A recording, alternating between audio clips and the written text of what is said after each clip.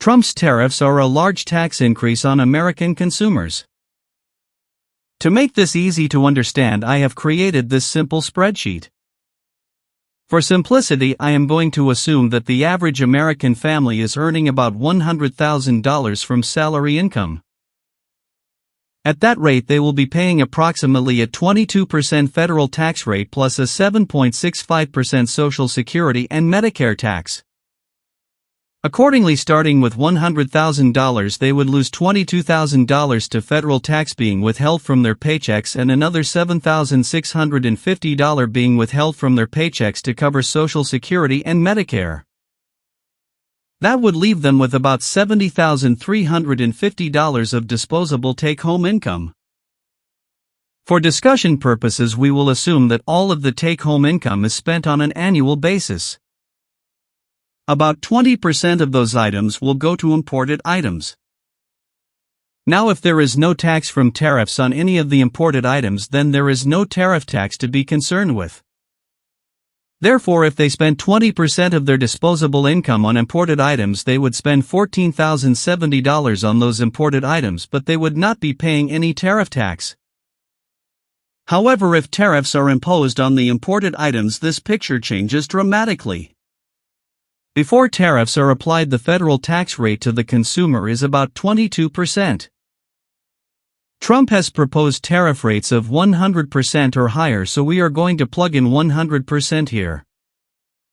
And when a 100% tariff rate is applied to the imported items, which were $14,070, well, then the import tariff becomes $14,070. Making the cost of those imported items $28,140, or the price before tariffs plus the tariff tax. Now tariffs are paid by American consumers. They are not paid by the foreign manufacturer. So this tax is the tax that goes to the federal government. Before the tariffs, federal tax rates to the family was about 22%. However, the federal government will now collect not only the original $22,000 in federal income tax but the additional $14,070 in tariffs, bringing the total to about $36,000, or making the federal tax rate 36% based on their $100,000 a year income. Looking at it another way, if their take-home pay was $70,350 and they spent $14,070 on imported items, they would still have $56,280 to spend on other things. However, if the tariff rate is 100%, that number is reduced to $42,210, which is approximately a 25% reduction in remaining spending power. Before leaving, I want to point out that so far we've based our discussion on a family earning $100,000 buying about 20% of their stuff from overseas. What happens if you're at the lower end of the economic scale and you only make $10,000 a year? Because of that, you have to spend a higher percentage of your income on imported stuff, mostly food. Because a lot of our food, particularly fresh fruits and vegetables, comes from overseas.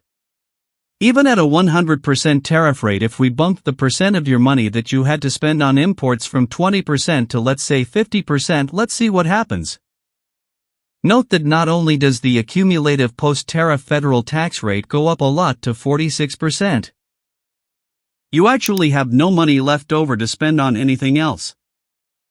In this case, I assume we were spending 50% on fruits and vegetables because we are poor. After doing that, we have nothing left because we only had $9,235 in disposable income. Imports before tariffs were 50% of that number, and then the tariff tax at 100% is the same amount, which gives us $9,235, which we spend on imports with tariffs, which is all we had to spend anyway. So we have no money left over for anything else. Just something to think about.